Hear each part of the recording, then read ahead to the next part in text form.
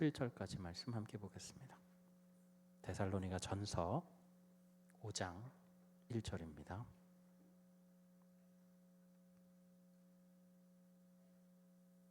네, 다 찾으신 줄로 알고 저와 함께 1절부터 11절까지 교독하신 후에 11절은 함께 읽도록 하겠습니다. 데살로니가 전서 5장 1절입니다. 형제들아, 때와 시기에 관해서는 너희에게 쓸 것이 없음은 주의 날이 밤에 도둑같이 이를 줄을 너희 자신이 자세히 알기 때문이라. 그들이 평안하다 안전하다 할 그때에 임신한 여자에게 해산의 고통이 이름과 같이 멸망이 갑자기 그들에게 이르리니 결코 피하지 못하리라. 형제들아, 너희는 어둠에 있지 아니하며 그날이 도둑같이 너희에게 임하지 못하리니. 너희는 다 빛의 아들이요 낮의 아들이라. 우리가 밤이나 어둠에 속하지 아니하나니.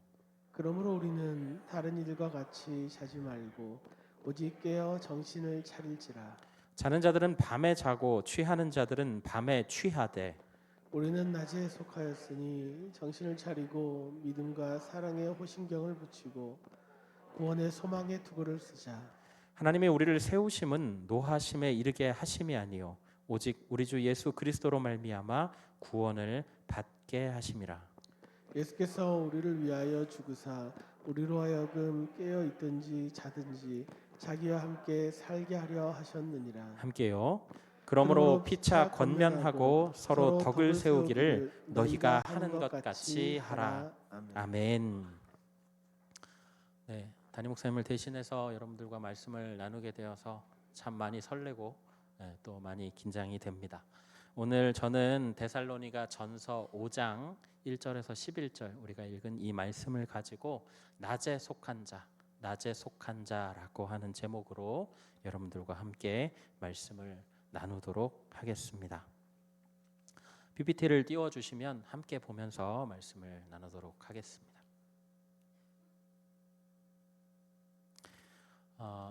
요즘에 이게 아니죠? 네, 예, 감사합니다. 요즘에 강아지나 고양이 같은 반려동물 키우는 분들이 참 많이 늘어났습니다. 예전과는 달리 종류도 굉장히 다양해졌고요. 관련 산업들도 크게 성장했습니다. 미용에서부터요. 또 이 병원은 물론이고 심지어는 반려동물 유치원까지도 있다는 얘기를 들었습니다. SNS나 인터넷 매체를 보면 아예 이 반려동물과의 일상을 공개하거나 또 동물들을 활용하는 그런 컨텐츠들이 꽤 많다는 것을 우리가 확인할 수가 있습니다. 그런데 가끔 SNS에 특별히 이제 고양이라고 하는 동물이 특별히 그런 경우가 많은데요. 이 반려동물이 자는 모습이 너무 예뻐서 좀 사진을 찍으려고 하면 어떻게 알고 막 도망가거나 머리를 세게 흔들거나 해서 이 사진 찍기에 실패했다라고 하는 그런 내용들이 가끔 올라오곤 합니다. 바로 이런 장면이에요. 이게 뭔지 모르시겠죠? 자, 지금 이 부분이 고양이입니다. 고양이가 지금 펄쩍 뛰고 있는 모습이죠.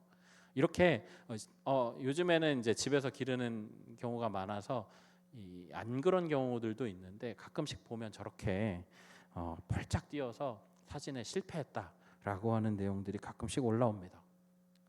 그래서 왜 그런가 그 기원에 대해서 조금 살펴보니까요. 개하고 고양이 같은 경우에는 원래 태생이 야생입니다. 그러니까 개 같은 경우에 조상이 늑대였다라고 하는 이야기가 있잖아요. 그리고 아시다시피 고양이과 동물 중에 제일 무서운 동물이 사자와 호랑이 이런 동물들이잖아요. 그러니까 아마도 이 동물들은 밖에서 생활을 했던 동물들인 것 같습니다. 밖에서 생활을 하다 보니까 언제 공격을 당할지 모르기 때문에 잘 때도 선잠을 잔다는 것이죠. 이런 습성이 남아서 지금도 고양이나 개들이 이 선잠을 잔다고 하는데 이렇게 깊지 않은 잠을 자는 상태를 이 렘 수면이라고 얘기를 합니다. 이 렘 수면의 가장 대표적인 상태가 꿈을 꾸고 있는 상태거든요. 여러분 꿈꿀 때 우리가 눈꺼풀이 덮여서 잘 모르지만 이 눈꺼풀 안에서는 눈동자가 활발하게 돌아간다고 합니다. 그래서 이렇게 막 움직이고 있는 것들을 영어로 이제 rapid I movement라고 얘기하는데 rapid 하면 빠르다 이런 의미고 I는 눈이고요. movement 하면 움직임. 그러니까 눈이 그 안에서 굉장히 빨리 돌아간다는 거예요. 그래서 이거를 급속 안구 운동이다라고 해서 이 영어의 약자를 떼어서 REM 해서 REM이라고 이야기를 합니다. 그런 수면 상태를 REM 수면 상태다라고 이야기를 하는 것이죠. 여러분 오늘 말씀을 보시면 그런 이해의 바탕 속에서 함께 살펴보면 도움이 될 것 같습니다. 본문 말씀을 보면 오늘 본문 말씀은 이 데살로니가 전서의 일부분입니다. 데살로니가 전서는 사도 바울이 지금의 그리스 지방에 개척한 이 교회 데살로니가라고 하는 교회에 보낸 첫 번째 편지입니다. 당시 배경을 좀 우리가 알아두면 이 말씀이 왜 이렇게 기록되었는지 이해하기가 좀 쉬울 텐데요. 사도 바울이 여러 번의 선교 여행을 갔지만 이 두 번째 선교 여행 중에 이 데살로니가라고 하는 교회를 개척을 합니다. 원래 사도 바울이 계획했던 것은 지금 제가 노란 동그라미로 표시한 이 터키 지방, 지금 튀르키예라고 하죠. 터키 지방, 소아시아 지방에서 복음을 선포하기를 원했습니다. 그것을 향해서 계속해서 꿈꾸고 기도하고 그러면서 준비를 해왔는데 이 성령께서 막으셨다라고 성경에 기록돼 있어요. 그러니까 그곳에 선교를 하려고 했는데 하나님께서 막으셨다는 겁니다. 그래서 왜 내가 이 계획하고 생각했던 그 선교의 방향을 왜 막으시는가? 왜 하나님이 복음을 선포하는 그 일을 막으시는가에 대해서 생각을 하고 있는데 이 환상을 보게 된 거죠. 그 당시에 이제 마게도니아 그러니까 그리스 지방에 있던 사람들이 환상에 나와서 뭐라고 얘기하냐면 와서 우리를 좀 도와주십시오. 우리에게 복음을 좀 전파해 주십시오라고 이야기를 했다라는 거예요. 그래서 이제 사도 바울이 방향을 틀었습니다. 그래서 지금 노란색으로 표시된 부분이 이제 그리스 지방인데 이쪽으로 이 복음의 이 방향을 옮기게 되었다라는 것이죠. 여러 가지 지방들을 거쳐서 데살로니가 이 지역에 도착을 하게 되고요. 그리고 열심히 복음을 전해서 마침내는 이 교회를 개척하기에 이르렀습니다. 그런데 문제가 생겼어요. 갈수록 시간이 가면 갈수록 사도 바울에 대한 그곳 유대인들의 증오가 커져가기 시작했다라는 것입니다. 그렇다면 왜 유대인들은 사도 바울을 증오했을까요? 사도 바울이 항상 이야기하는 것이 뭐냐면 예수님이 그리스도시다라는 겁니다. 그리스도시다라고 하는 말은 무슨 얘기냐면 구원자라는 이야기거든요. 왜 이것이 문제가 되느냐 하면 여러분 지금도 유대인들은요 예수님을 구원자로 인식하지 않고 지금까지도 구원자를 기다리고 있습니다. 그 말은 예수님을 구원자로 인정하지 않는다라는 이야기죠. 그런데 예수님께서 뭐라고 얘기하셨냐면 나는 하나님의 아들이다라고 이야기를 합니다. 그리고 내가 너희를 구원할 자다라고 이야기하시는 거예요. 그러니까 유대인들 입장에서 보면 메시아를 사칭하는 자죠.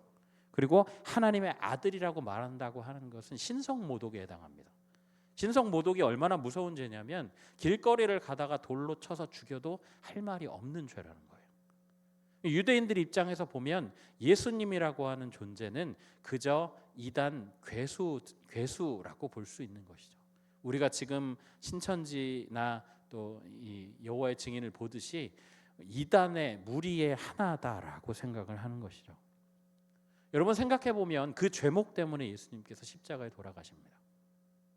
신성 모독한 죄 그리고 하나님을 사칭한 죄로 그 자리에서 이제 십자가에서 죽임을 당하게 되는 것이죠. 유대인들은 이제 그렇게 이단 괴수를 해치웠다라고 생각했습니다. 그런데 한때는 이 예수라고 하는 이단을 따르던 무리를 충실히 쫓아다니면서 괴롭히고 또 감옥에 가두기까지 했던, 심지어는 외국에 출장을 가서 잡아올 정도로 이렇게 열심을 냈었던 골수 유대인이었던 이 사도 바울이 갑자기 마음을 바꿔서 그 예수 이단교를 아주 열심히 포교하기 시작했다라는 것이죠. 원래 사람은요 이렇게 자기 편이라고 생각했던 그런 사람이 배신하면 더 큰 분노를 느끼게 됩니다. 이제 이 사도 바울에 대한 유대인들의 분노가 이 사도 바울의 생명을 위협할 수준까지 올라갑니다. 그리고 그의 가르침을 받아들였던 사람들, 그 땅에서 예수님이 구원자시구나라고 하는 것들을 배워서 알고 그 말씀을 따라서 살려고 했던 그 사람들을 유대인들이 공격하기 시작하는 거예요. 상황이 이렇게 되니까 어쩔 수 없이 사도 바울이 황급히 이 데살로니가 교회를 떠나게 되었다라는 거죠. 학자들이 언급을 합니다. 보통 사도 바울이 데살로니가에 머무른 시간을 이 계산을 좀 해보면 한 3개월 정도, 3개월 정도라고 이야기를 하는 것인데, 교회가 간신히 개척되고 이제 예배를 막 드리기 시작했는데, 이제 말씀을 막 배우기 시작했는데 졸지에 목회자가 없어졌다라는 거예요. 여러분 생각해 보십시오. 우리 영신교회가 올해 이제 12월이 지나면 53년이 됩니다. 53년이 되는데 개척한 지 3개월 만에 담임 교역자가 사라졌다라고 생각해 보십시오. 얼마나 황망할까요? 지금 그런 상황이었다라는 것이죠.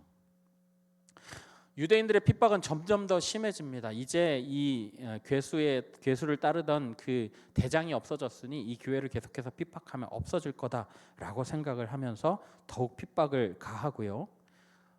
말씀을 제대로 배우기는 했겠습니까? 3개월 정도 됐는데요. 그 말씀이 아무리 잘 전해졌어도 시간이 너무 짧다라는 것이죠.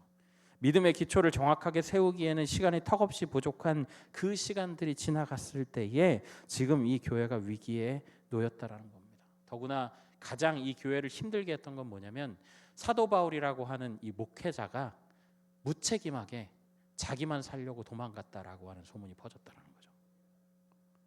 이런 소문들이 퍼지니까 교회가 갑자기 한순간에 공중분해될 위기에 놓였다라는 것입니다. 이런 상황에 있을 때 사도 바울이 지금 이 데살로니가에 편지를 보내는데 그 첫 번째 편지가 우리가 보고 있는 데살로니가 전서 말씀입니다. 오늘 특별히 5장 말씀에 보면 사도 바울은 이렇게 환난을 겪고 있는 이 데살로니가 교회에 소망을 주고자 합니다. 소위 이것이 이제 주의 때라고도 이야기하고 주의 날, 또 그의 진노의 때, 심판의 때 이렇게 해석되는 그 날을 이야기하고 있는 것이죠. 우리가 1절과 2절 말씀을 함께 보실 텐데요. 1절과 2절 말씀 함께 읽어보겠습니다. 1절과 2절 말씀입니다. 형제들아, 때와 시기에 관해서는 너희에게 쓸 것이 없음은 주의 날이 밤에 도둑같이 이를 줄을 너희 자신이 자세히 알기 때문이라. 여러분 기억하시겠지만 예수님께서 십자가에 달려 돌아가셨습니다. 그리고 나서 3일 만에 부활하시죠. 부활하시고 난 이후에 뭘 하시냐면 승천하시며 하늘로 올라가게 되는 것이죠. 이 승천하시면서 우리에게 주신 약속이 있어요. 내가 속히 오리라. 곧 오시겠다라는 거예요. 그리고 그 날이 바로 주의 날입니다. 다시 오시는 날, 이 성경을 보면 주님의 날이 도둑같이 이른다라고 이야기해요. 도둑같이 이른다라고 하는 게 무슨 뜻이냐면, 여러분 도둑이 어느 집을 털려고 할 때 그 집 주인에게 나 몇 날 며칠에 너네 집 털러 간다 이렇게 얘기하지 않습니다. 당장 경찰을 부르겠죠, 그죠? 그렇게 요구하지 않는 것처럼 그 날은 아무도 모르게 이루어진다라는 얘기예요. 그날은 천사도 모릅니다. 아들도 몰라요. 예수님도 몰라요. 하나님만 아시는 그 날입니다. 우리가 3절에 보시면 이렇게 나와 있어요. 제가 한번 읽어드릴게요. 그들이 평안하다 안전하다 할 때에 임신한 여자에게 해산의 고통이 이름과 같이 멸망이 갑자기 그들에게 이르리니 결코 피하지 못하리라. 저는 이 말씀을 읽으면서 이런 이 묵상이 스쳐 지나갔는데요. 노아의 방주 때를 생각하게 됐습니다. 노아의 방주, 그러니까 하나님께서 물로 그 땅을 심판하시리라라고 말씀을 하시고 노아에게 방주를 짓게 하시잖아요. 사람들은 그걸 보고 이렇게 얘기합니다. 저 노아가 미쳤구나. 산 위에, 그것도 높은 산 위에 올라가서 배를 짓는다고, 완전히 미쳤구나라고 생각을 했죠. 그리고 그때의 성경에 보면 그 시기에 이 사람들이 아무렇지도 않은 듯이 모른 채로 시집가고 장가갔었다라는 이야기를 합니다. 그러니까 이 일상을 즐기고 있었다라는 얘기예요.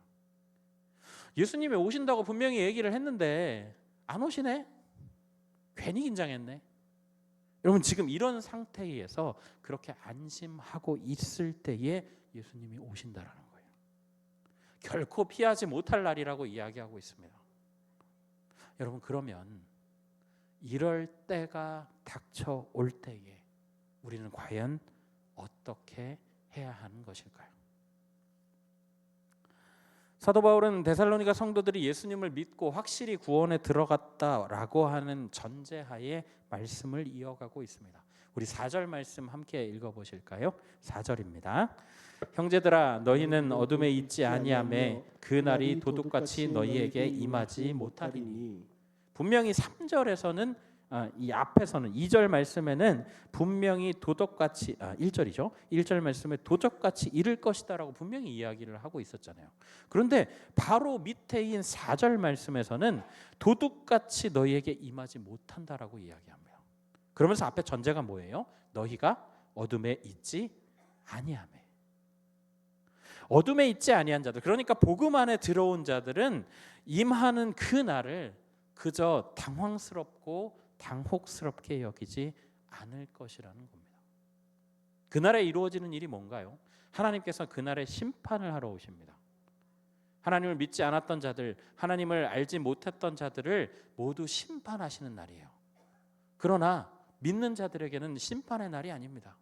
그날은 구원의 날이에요. 그날은 기쁨의 날입니다. 그날 함께 하나님과 보좌에 앉아서 심판하는 위치에 서 있는 그날이에요. 그러니까 뭐라고 얘기하는 거냐면 어둠에 있지 아니하다면, 그렇다면 복음에 들어왔다면 그날이 그저 두려움과 멸망의 날이 아니라 기쁨과 구원의 날이 될 것이다라고 말씀하시고 있는 거예요. 그러므로 믿는 자들은 무엇입니까? 어둠에 있지 않다라고 하는 것을 지금 강조하고 있다는 거죠. 그리고 계속해서 5절과 6절은 이렇게 이야기합니다. 제가 한번 읽어드릴게요. 너희는 다 빛의 아들이요 낮의 아들이라. 우리가 밤이나 어둠에 속하지 아니하나니 그러므로 우리는 다른 이들과 같이 자지 않고 오직 깨어 정신을 차릴지라. 여러분 너희는 뭐라고 얘기해요? 너희는 뭐의 아들이요? 빛의 아들이요. 또 낮의 아들입니다. 종종 성경에서 이 낮과 밤 그리고 빛과 어두움 사이를 이 대조를 많이 사용을 하는데요. 요한일서 1장 5절에 보면 하나님께서 요한일서 1장 5절에 하나님은 빛이시라 그에게는 어두움이 조금도 없으시니라라고 말씀하십니다. 이 빛이라고 하는 것은요 순결함, 선함, 진실함, 거룩을 상징합니다. 이 어두움이라고 하는 것은 죄와 악을 상징하는 것이죠. 빛과 어두움은 공존할 수가 없습니다. 낮과 밤은 공존할 수가 없어요. 우리는 빛의 아들이고 낮의 아들이기 때문에 이 절대 선이신 하나님 편에 속해서 깨어서 정신을 차리고 있으라라고 하는 것입니다.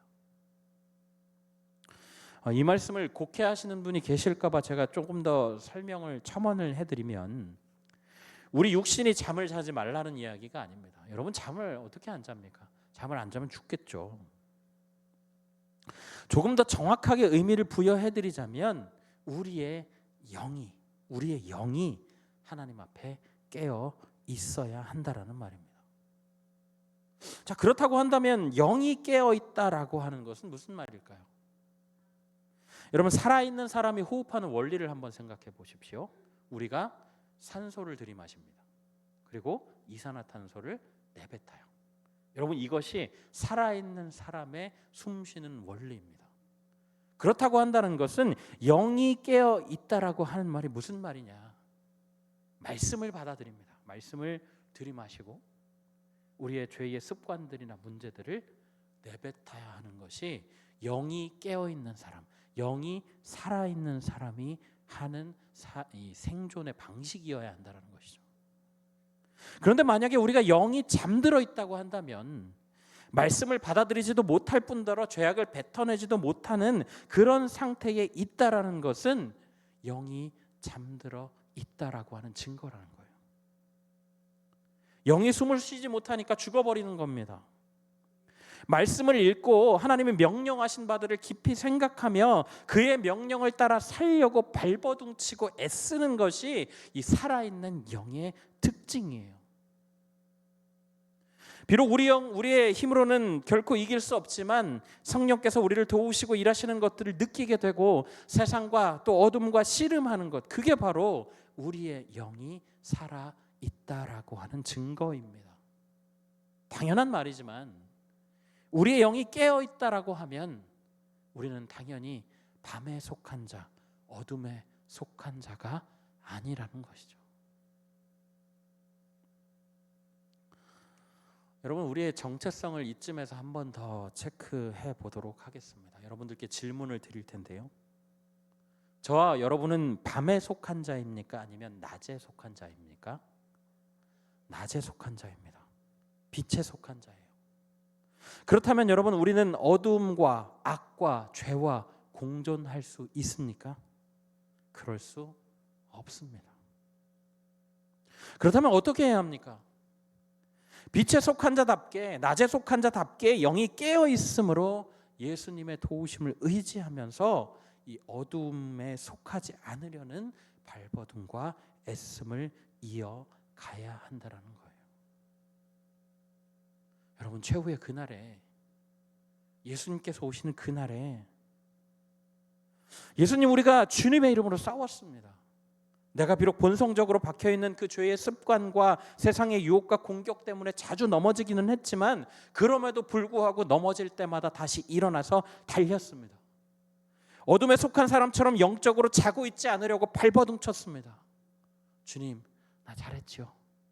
여러분, 주님이 다시 오시는 이 날에 이렇게 말할 수 있는 삶을 살아가야 하지 않을까요? 말씀을 보면 사도 바울은 이것을 일종의 전쟁으로 이해하고 있습니다. 우리 8절 말씀 함께 읽어보실까요? 8절 말씀입니다. 우리는 낮에 속하였으니 정신을 차리고 믿음과 사랑의 호심경을 붙이고 구원의 소망의 투구를 쓰자. 아멘. 여러분, 굉장히 중요한 말씀입니다. 이 호심경이라고 하는 단어가요, 이 호심경이 군인들이 전쟁에 나갈 때에 이 심장을, 가슴을 보호하기 위해서 가슴 위에 덧댄 구리 조각입니다. 투구라고 하는 것은 무엇을 보호하기 위해 쓰죠? 예, 머리를 보호하기 위해 쓰는 겁니다. 여러분, 그렇게 생각을 하면 이런 거예요. 믿음과 사랑을 우리의 심장에 담습니다. 우리를 보호할, 우리의 심장을 우리를 가슴을, 생명을 보호할 그 갑옷으로 우리의 마음에 담습니다. 구원의 소망을 우리의 머릿속에 담습니다. 그리고 세상을 향해 나아가는 거예요. 이것이 바로 영적인 전쟁입니다. 그런데 이 영적인 전쟁은요, 우리의 일상과 굉장히 밀접하게 관련이 있습니다. 왜냐하면요, 우리가 사는 곳이 수도원이나 천국이 아니기 때문입니다. 우리가 사는 곳은 치열한 영적 전쟁이 진행되는 세상이기 때문입니다. 여전히 죄와 악이, 공중 권세 잡은 사탄이 지배하는 공간입니다. 사단이 우는 사자와도 같이 그 영을 삼킬 자를 호시탐탐 노리면서 찾아다니는 그런 공간이라는 것이죠. 예수님께서도 말씀하셨어요. 마태복음 10장 16절에 이렇게 말씀하십니다. 10장 16절에요. 보라, 너희가 너희를 보냄이 양을 이리 가운데 보냄과 같도다. 여러분, 양이라고 하는 존재가요, 생각을 해보면 양이라고 하는 존재는 방어 수단이 전혀 없는 이 동물입니다. 이 목자가 없으면요, 어디를 가더라도 이 생명을 잃기가 아주 쉬운 존재예요. 그런 존재들을 이리 가운데 보낸다라고 말씀하십니다. 여러분, 예수님의 마음이 어떻겠어요? 저 양이 잡아먹히면 안 될 텐데, 저 양이 길을 잘못 들면 안 될 텐데, 저 양이 문제가 생기면 안 될 텐데 라고 하는 마음이 분명히 이 이리 가운데 양을 보내시는 예수님의 마음에 있을 겁니다. 그런데 놀랍게도 우리 예수님은 이미 승리하셨습니다. 십자가에 달려 돌아가시면서 테텔레스타이, 다 이루었다라고 말씀하셨고요. 하나님의 동일본체이신 예수님께서 자신의 피를 흘려서 죄의 문제를 완벽하게 해결하셨습니다. 세상 가운데서 이미 승리를 선포하셨어요. 하나님이 명령하신 모든 사명을 완수하셨고 사단의 계계를 완전히 박살내셨습니다. 그러니 이리 가운데 양을 보낸다 할지라도 그 양들을 보호하실 예수께서 계시기에 그 양들을 이리 속으로 보내시는 거예요. 여러분, 그렇기 때문에 우리가 정신을 바짝 차려야 합니다. 우리가 말씀으로 무장해서 이 영적인 전쟁, 우리가 이 말씀을 따르려고 하는 그 애씀이 계속해서 있어야 한다라고 하는 거예요. 그러나 여러분, 이 싸움을 혼자서 각계 전투로 싸우기에는 우리가 너무 약한 존재입니다. 그래서 사도 바울은 11절에 이렇게 말씀합니다. 11절 말씀 우리 함께 읽어보실까요? 11절입니다. 그러므로 피차 권면하고 서로 덕을 세우기를 너희가 하는 것 같이 하라. 아멘. 여러분, 하나님이 우리를 개인으로 두지 않으세요. 공동체로 불러주십니다. 작은 교회로, 소그룹 양육팀으로, 전도팀으로, 중보기도팀으로, 그리고 그리스도의 몸된 교회로 부르신다라는 거예요. 오늘 나의 삶에 실패한 것들을 서로 나눕니다. 너무 참 힘들다, 한탄합니다. 나약함으로 인해서 몸서리도 칩니다. 그러나 그럼에도 불구하고 오늘을 살아내고 또 내일을 살아내게 하는 그 의지처가 되는 것, 쉽게 끊어지지 않게 서로를 지탱하면서 서로를 믿음의 삼겹줄로 이어서 서로를 위해서 기도하고 격려하고 세워주는 일들이 교회 공동체 안에 있다는 거예요. 그리고 그 공동체를 통해서 우리가 설령 넘어진다 할지라도 다시 일으킬 수 있는 힘을 얻게 된다라는 거예요. 여러분, 그렇기 때문에 우리가 공동체 안에 소속되어 있는 것은 굉장히 중요합니다. 저만 마스크를 벗어서 죄송합니다. 다시 이 코로나가 확산된다라고 하는 소문에 이제 또 실제로 걸리신 분들도 있고 하면서 교육자실에도 한 분 계십니다. 있어요. 예. 다 아시죠? 네, 계신데 이 설마 제가 강단에서 여러분들 마스크 쓰신 모습을 다시 보게 되리라고는 생각을 못했던 부분인데, 여러분, 이 공동체를 참 유지하기가 참 어려웠던 시간이었지 않습니까? 우리가 코로나 3년을 경험하면서 그 시간 동안 공동체를 유지하기가 참 어려웠고, 온라인 예배의 유무에 대해서 또 상관관계에 대해서 굉장히 많은 연구와 또 고민들이 필요했을 텐데, 여러분, 모이는 것은 굉장히 중요합니다. 우리가 이곳에 모여 있을 때에 서로를 보호해 줄 수 있어요. 서로를 위해서 당겨주고 세워줄 수 있습니다. 제가 올 초에 청년들과 제자훈련 프로그램을 진행을 했었습니다. 이 제자훈련이라고 하는 것은 말 그대로 이 제자가 되는 훈련이에요. 그래서 이 정해진 분량의 수업을 하게 되고요. 그리고 한 주간의 삶을 나누고 이것들을 계속해서 상관관계를 가져갑니다. 우리가 오늘은 이 말씀을 배웠는데 이 말씀을 우리가 삶에서 어떻게 했는지, 어떻게 또 진행을 해왔는지에 대해서 서로 이야기하게 됩니다. 그러다 보면 이런 얘기가 나와요. 이렇게 나눔을 하잖아요. 제자훈련 이렇게 하면서 나눔을 하기도 하고 또 어떤 질문에 대해서 대답하기도 하고 그러면서 내 삶은 그게 아니었는데, 내 삶은 그렇게 되지 않았는데, 그러면서 나누면서 드는 생각이 뭐냐면요, 우리 왜 이렇게 힘들게 살죠? 우리 왜 이렇게 지치지? 여러분, 이런 얘기들을 나누게 되었습니다. 그런데 지치는 게 너무 당연한 거예요. 왜냐하면 우리의 몸 안에는 죄라고 하는 DNA가 박혀 있기 때문에 우리가 무슨 짓을 하더라도 죄에서 벗어나기가 참 어렵습니다. 그러니까 힘든 거예요. 매일 그 죄와 싸우는 투쟁을 계속해서 해나가야 하기 때문에, 내가 예수의 제자가 되는 그것들을 계속해서 해나가야 하기 때문에 그 삶이 굉장히 힘들어진다는 거예요. 그런데 그 힘든 삶 가운데서 우리가 어떻게 했습니까? 서로 격려합니다. 나도 이런 경험을 했었는데 그럴 때 이렇게 기도하게 되더라.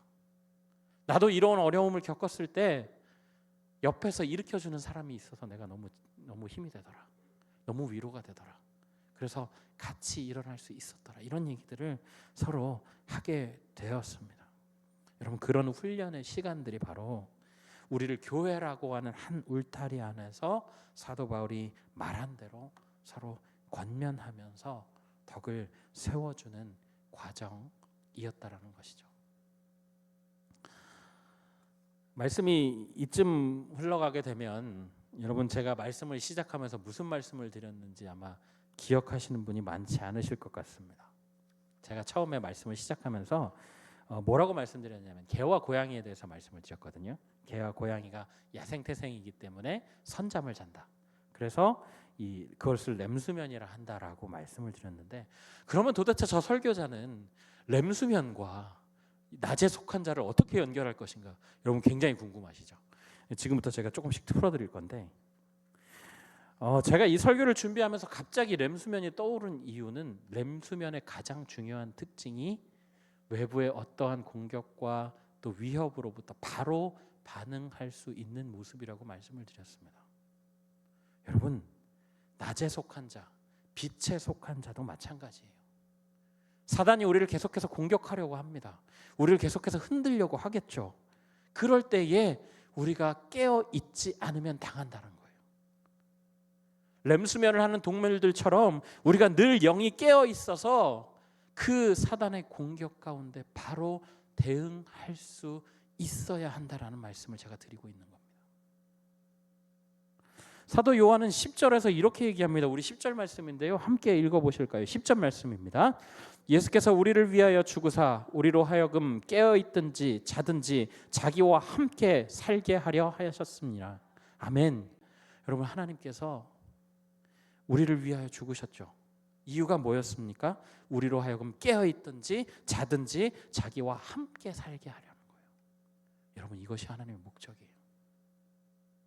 우리가 영이 깨어있어서 하나님과 끊임없이 교제하면서 주님이 주시는 그 힘과 명철과 능력으로 우리 앞에 닥친 유혹과 공격들을 계속해서 반응하는 것, 그런 사람으로 사는 것, 그리고 우리를 공격하는 사단의 영적 공격 앞에 늘 정신을 바짝 차리고 대응하는 것, 여러분 이것이 바로 말씀 앞에 자나깨나 그리스도와 함께 살아있는, 함께 사는 낮에 속한 자의 특징입니다. 사랑하는 성도 여러분, 사탄이요 우리를 끊임없이 넘어뜨리려고 합니다. 우리가 하나님의 말씀을 따라 살려고 하면 할수록요 우리를 향해서 유혹과 시험을 더욱 거세게 몰아붙일 겁니다. 우리가 믿음의 결단을 하려고 할 때에 그 결단을 약화시키고 우리의 허약한 부분들을 끊임없이 물고 늘어집니다. 아까도 말씀드렸지만 우리 안에 죄라고 하는 DNA가 박혀 있잖아요. 이것이 유혹과 시험에 굉장히 강렬하게 반응하거든요. 우리를 계속해서 죄로, 어둠으로, 악으로 가게 할 것입니다. 코르넬리우스 반틸이라고 하는 신학자는 우리의 죄성을 이렇게 표현합니다. 인간의 죄성이란 비뚤어진 톱날과도 같아서 무엇을 자르든 비뚤어지게 자르게 만든다. 분명 우리는 수없이 많은 넘어짐과 실패를 경험하게 될 겁니다. 믿음의 무게를 견뎌내지 못하고 무너져서 소위 요즘 사람들이 말하는 현타를 경험하면서 사단의 정죄를 받게 되죠. 야, 네가 하나님의 말씀을 따르겠다고? 방금도 내 유혹에 속절없이 넘어졌으면서 너 따위가 그 정도 정신력으로 하나님을 따르겠다고? 여러분 사단의 정죄를 경험할 수 있습니다. 그런데 여러분 이미 예수님께서 사단의 머리를 박살 내셨습니다. 그리고 그 하나님이 우리의 손을 잡고 놓지 않으신다라는 거예요. 여러분 넘어져도 일어나게 하실 힘이 거기에 있습니다. 예수 그리스도의 피값을 하신 교회 공동체가 우리의 무게를 견뎌줍니다. 다시 일어나게끔 격려합니다. 여러분 이것이 하나님께서 낮에 속한 자, 빛에 속한 자에게 주시는 선물이에요. 우리가 깨어있든지 자든지 하나님과 함께 살게 하기 위해서 우리를 위해 죽으신 그 예수님이 우리와 늘 함께 계신다는 거예요. 우리 안에 누가 계세요? 성령님 계시잖아요. 성령님이 늘 우리와 동행하십니다.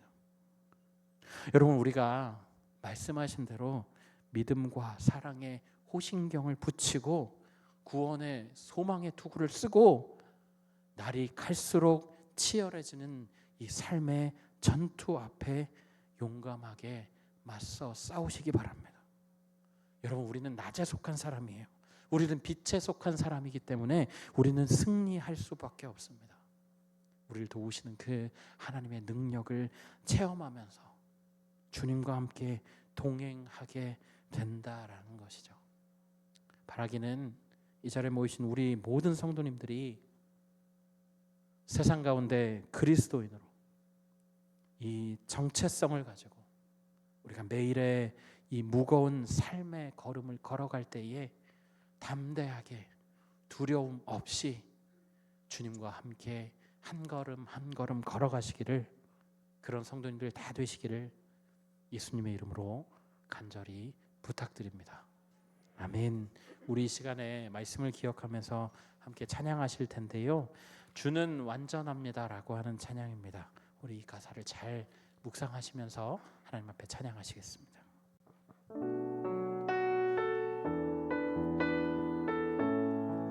주여 우린 연약합니다. 주여 우린 연약합니다. 우린 오늘을 힘겨워합니다. 주 뜻 이루며 살기에 부족합니다. 우린 연약합니다. 주여 우린 넘어집니다. 주여 우린 넘어집니다. 오늘 하루 또 실수합니다. 오늘 하루 또 실수합니다. 주의 긍휼을 구하는 죄인입니다. 우린 주만 바라봅니다.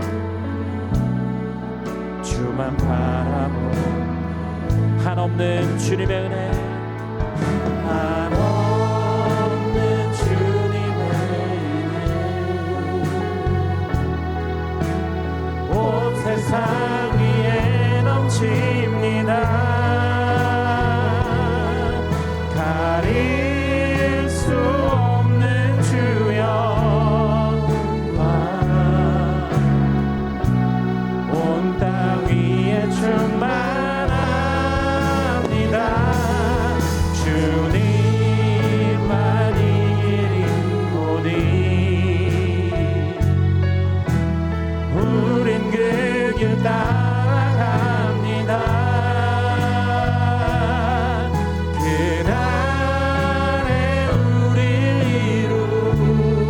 이루신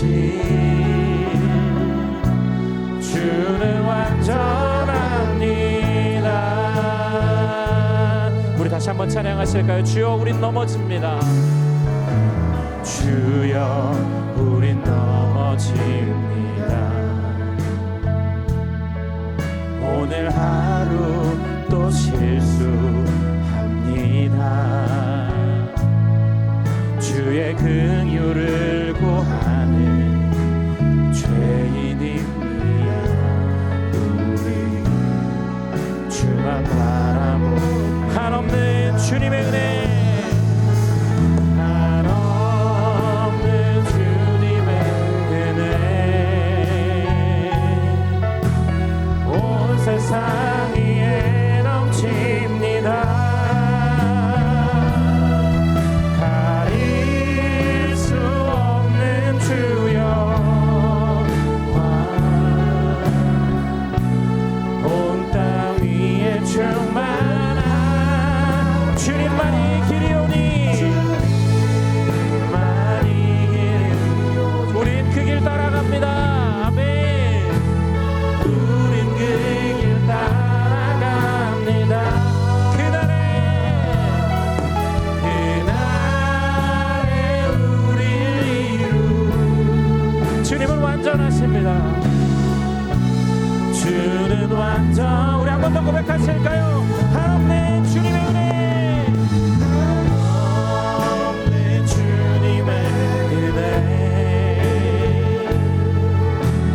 온 세상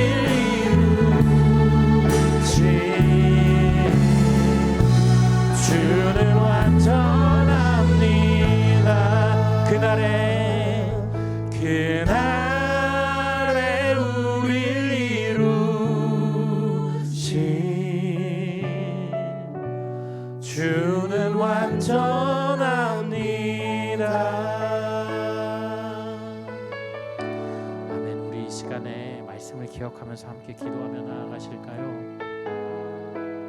하나님, 우리는 연약합니다. 우리는 오늘 하루 살기에도 참 힘겨운 연약한 인생들입니다.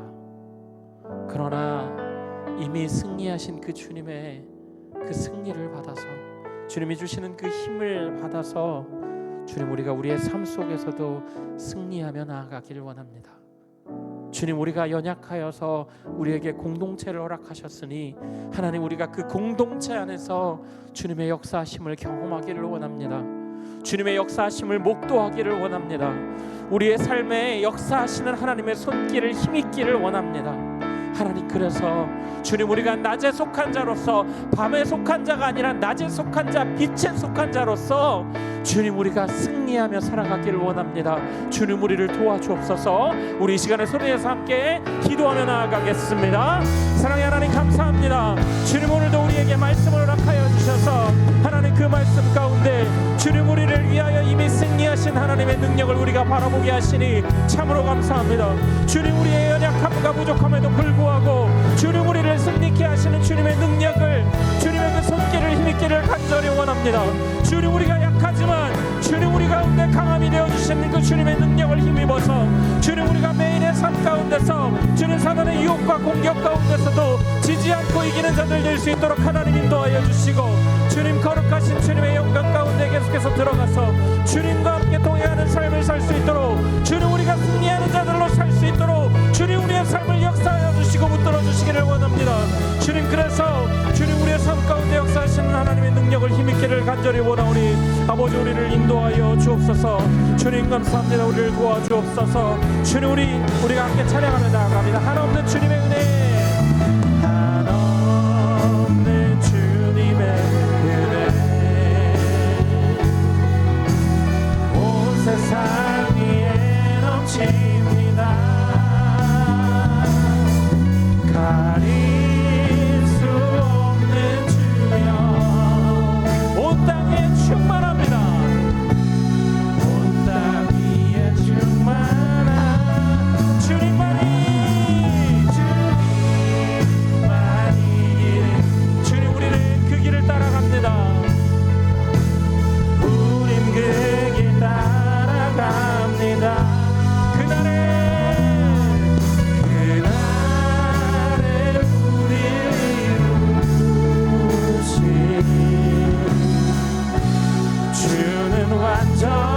그날에 우리를 이루신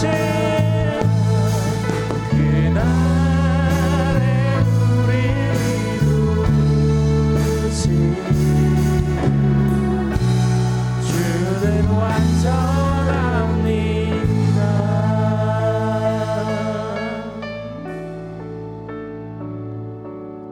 하나님, 연약한 우리를 불러주셔서 하나님의 자녀로, 빛 가운데 속한 자로, 낮에 속한 자로 불러주시니 감사합니다. 주님, 우리의 매일의 삶에 앞에 있는 문제들이 너무 크고 두려워서 이런 모습으로 어떻게 하나님 앞에 나아갈까 두려워할 때도 너무 많이 있습니다. 그러나 그럼에도 불구하고 우리의 손을 놓으신 적이 없으시고 우리를 빛 가운데로 부르시고 우리와 우리의 손을 잡고 날마다 걸어가시는 그 하나님의 동행하심을 믿습니다. 주님, 우리가 매일 가운데 그 동행하시는 하나님의 손길을 힘입어 주님, 우리가 나아가기를 원합니다. 우리의 매일의 삶 가운데 주님 역사하여 주시옵소서. 우리의 매일의 삶 가운데 주님 주장하여 주시옵소서. 주님의 그 크신 은혜와 사랑을 주님 매일 경험하며 주님, 오늘도 우리 앞에 있는 투쟁들을 두려워하지 아니하고 주님 싸우는 우리 될 수 있도록 하나님 우리를 붙잡아 주시고 인도하여 주옵소서. 우리를 돌보시는 하나님, 그날에 우리를 이루실 것들을 기대합니다. 주님, 그날에 우리가 하나님과 함께 주님의 영광의 보좌에서 주님의 사랑을 받을 그날을 기대합니다. 주님, 사랑합니다. 감사합니다. 예수님의 이름으로 기도합니다. 아멘. 우리 이 시간에 함께 선포하며 나아가실까요? 나는 하나님으로부터 부름받은 하나님의 자녀입니다. 우리는 세상으로 보냄받은 그리스도의 제자입니다. 아멘. 여러분, 이 고백을 여러분 잘 기억하시고 삶에서도 이어나가시기를 간절히 바랍니다. 날씨가 많이 덥고 코로나가 유행하고 있는 가운데 있습니다. 여러분 건강 잘 챙기시고 유의하시기를 부탁드립니다. 이 시간에 하나님의 복을 받도록 하겠습니다. 이제는 우리를 위하여 십자가를 참으신 우리 주 예수 그리스도의 은혜와 하나님 아버지의 극진하신 사랑하심과 성령님의 감화, 감동, 교통하심이 이 자리에 나와서 사탄의 어떠한 유혹과 공격에도 낮에 속한 자로, 빛에 속한 자로의 정체성을 가지고 주님이 다시 오시는 그날까지 피투성이의 발버둥을 멈추지 않고 싸워나가 마침내 우리를 이루시는 그 하나님의 은혜를 체험하기로, 그렇게 살아내기로 다짐하고 돌아가는 모든 성도님들의 머리 위에, 그들의 가족과 권속들 위에 이 시간에도 고통으로 눈물을 흘리고 있는 이웃들 가운데 이제로부터 영원토록 함께 계시기를 간절히 축원하옵나이다. 아멘.